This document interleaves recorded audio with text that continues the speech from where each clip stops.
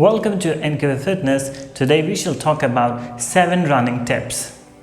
So before we move into 7 running tips, let me show you something.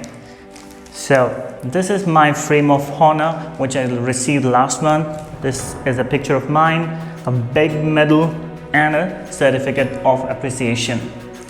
So I received this in my previous mud run. For those of you who do not know what mud run is, a mud run is a 5-kilometer run with 15 obstacles.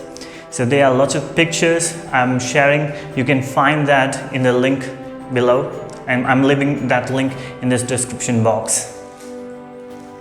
Tip number 1. Make sure that you always do a pre and post running exercises.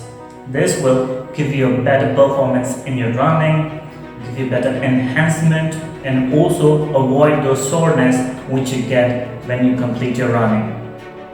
Tip number 2. Always make sure that you stay hydrated. What I mean by that is always go with a sip of water rather than gulping a lot of water, because having too much of water as well is quite uncomfortable while we run. Tip number 3. Always make sure that you do a warm-up run before you start your actual run, and also you do a cool down run after you have completed your actual running. So warm up and cool down running, those two running are a slow paced running when compared to your actual run. Tip number 4. Always go slow.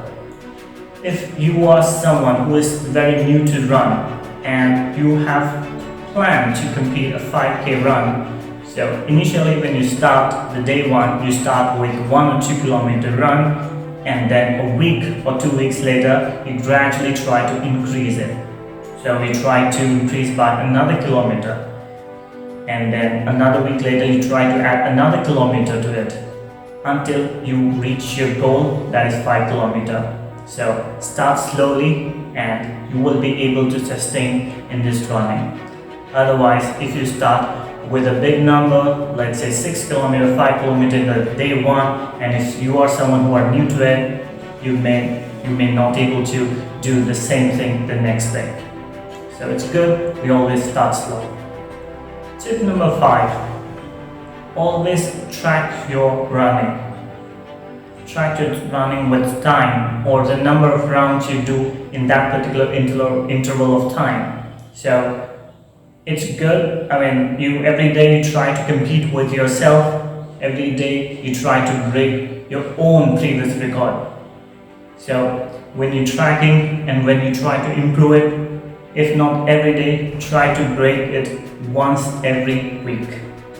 So if you start from here, down the line, a month or 2 months later, you need to see yourself over here a little bit in a better performance, with a better performance. And this you can guide, or this you can know only if you keep a proper track of this by making a note of that, maybe on an Excel sheet, maybe in a book, right? So hope you like this video. Like and subscribe, and give it fitness.